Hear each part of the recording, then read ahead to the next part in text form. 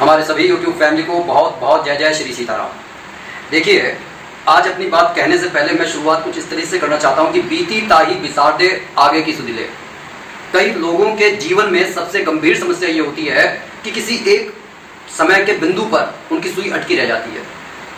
ये भी हो सकता है कि उन्होंने उस गंभीर सिचुएशन को अपने जीवन में महसूस किया हो, उनका कोई बहुत सगा संबंधी उनको छोड़कर चला गया हो, या फिर उनको कुछ अचीवमेंट मिलने वाली हो और अचानक से उनको ना मिली हो, और लोगों ने खूब जमकर मजाक उड़ाई हो कि यार ये तो मतलब इनके तो सपने मुंगेरी लाल के हसीन सपने साबित हो गए। तो कहने का ये मतलब है कि जो बीत गया है उसे आप विसार दो। इस समय की जो प्रेजेंट सिचुएशन है उसको स्वीकार करो, आप क्या हो, और किसी और को जवाब नहीं देना, इस जमाने को जवाब नहीं देना। जमाना 2 दिन मतलब सिर्फ हंसी उड़ाकर चला जाएगा, चाहे वो नाते रिश्तेदार हो, चाहे आपके घर परिवार के लोग हो। काम सिर्फ आपके माता पिता ने या फिर आपके भगवान ने, इसके अलावा कोई काम नहीं आना। और सबसे बड़ी चीज जो काम आनी है वो आपका अपना आत्मविश्वास काम आना है। इसलिए अपने आप पर भरोसा रखो, अपने आप को जवाब दो। जब किसी काम को करके आपको ऐसा लग रहा हो कि जीवन में हम बहुत बड़ा ट्रांसफॉर्मेशन लेकर आ सकते हैं, लेकिन आलस कह रहा हो कि नहीं सो जाओ, उस समय अपने आप को जवाब दो कि देखिए, जमाने को जो करना था वो कर चुका। और आप अगर उसको अपने मन को ये स्वीकारोक्ति दे देते हो कि ठीक है भैया, जैसे जी रहे हैं वैसे जीते रहेंगे, तो एक दिन आपकी स्थिति ऐसी हो जाएगी कि कब्र में पैर लटके हुए होंगे, लेकिन आपको हासिल कुछ नहीं होगा और आप जैसे आए वैसे ही दुनिया से चले जाएंगे। तो इस समस्या का बहुत ज्यादा गंभीरता से सोचिए और निराकरण करने के बारे में सोचिए, क्योंकि गंभीर मतलब समस्या के बारे में सोचने से समस्या दूर नहीं होती। समस्या को दूर करने के लिए अगर कुछ काम किया जाए तो समस्या दूर होती है और हमारे जीवन में बहुत बड़ा बदलाव आता है। इस समय गुप्त नवरात्रि में आप एक बहुत छोटी सी रेमेडी अपनाकर अपने जीवन में ट्रांसफॉर्मेशन लेकर आ सकते हैं। रेमेडी कोई भी हो, आपको शुद्धता और पवित्रता का ध्यान देना है, तामसिक चीजों से दूर रहना है, बार बार मैं इस बात को कहता हूं, और ब्रह्मचर्य का पालन करना है। क्योंकि देखिए, सबसे बड़ी चीज क्या है, कई बार लोग कहते हैं कि भाई हमने किसी का बुरा नहीं करा, हमारे साथ बुरा हो रहा है। लेकिन आपको एक बात समझनी होगी कि वो जो ऊपर भगवान बैठा हुआ है ना, वो हमारे साथ बुरा करने के लिए नहीं बैठा हुआ, हमारे साथ खेलने के लिए नहीं बैठा हुआ।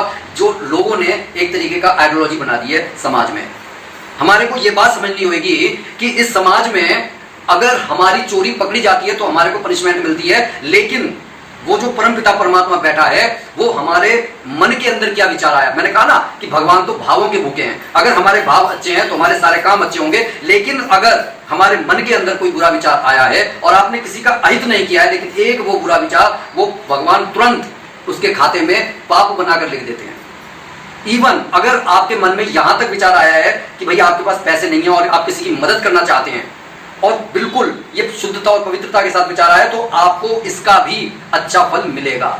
इस बात को अगर आप गांठ बांध लेंगे कि देखिए, अगर हमारा शरीर बीमार पड़ जाएगा तो हम डॉक्टर के पास जाकर ठीक हो सकते हैं, लेकिन डॉक्टर हमेशा ये कहेगा कि आपको मन को संयम में रखना है, जीभ को संयम में रखना है। और जब वो हमारे को दवा देगा तो थोड़ी सी मतलब थोड़ा सा संज्ञान लेकर और थोड़ा सा परहेज करके हम ठीक हो सकते हैं। लेकिन अगर हमारा मन बीमार हो जाए तो उसके ऊपर काम हमारे को खुद करना होगा, क्योंकि देखिए, हमारी आत्मा पवित्र हो जाती है पूजा पाठ करने से। लेकिन अगर बार बार बुरे विचार हमारे आ रहे हैं, किसी और की चीज के प्रति हम लालायित हैं, तो सुधरने की हमारे को कोशिश करनी होगी, क्योंकि अगर हम नहीं सुधरे तो भविष्य में उसके बुरे परिणाम हमारे को देखने को मिलेंगे। तो अपने मन पर हमारे को प्रतिक्षण काम करना है, हर पल काम करना है, क्योंकि वो फसल बर्बाद हो जाती है जहां पर किसान उसकी देखभाल नहीं करता कि फसल तो खड़ी हो गई, लेकिन उसने कोशिश ही नहीं करी कि पेस्टिसाइड वगैरह को गिराया जाए, खरपतवार को खत्म किया जाए। तो वो जो बुरे विचार हमारे मन में आ रहे हैं, वो आपकी लहलहाती हुई भक्ति, चाहे आपने वो 24 घंटे करी हो, चाहे आपने पूरे साल करी हो, चाहे आपने 10 साल कर ली हो, लेकिन आपकी वो भक्ति रूपी लहलहाती फसल को खराब कर देंगे वो आपके बुरे विचार। तो इन गुप्त नवरात्रों में जो मैं आपको रेमेडी बता रहा हूं, उस रेमेडी को करने के साथ में इसका शेयर किसी के साथ नहीं करना, क्योंकि गुप्त नवरात्रि का अर्थ ही है गुप्त रखना। तो कोशिश और प्रयास ये कीजिए कि जब आप ये रेमेडी करें तो आपको इसके बारे में किसी से जिक्र नहीं करना है। इवन ये अगर आप आर्थिक तंगी से गुजर रहे हैं या कोई पर्सन आपको परेशान कर रहा है, तब भी ये रेमेडी काम करेगी। लेकिन एक बार में एक हम विचार अगर लेकर चलते हैं तो वो कार्य जल्दी फलीभूत होता है। आपको करना यह है कि एक छोटा सा फ्रेश लाल कपड़ा मार्केट से लेकर आना लेकर आना है, बिल्कुल नया।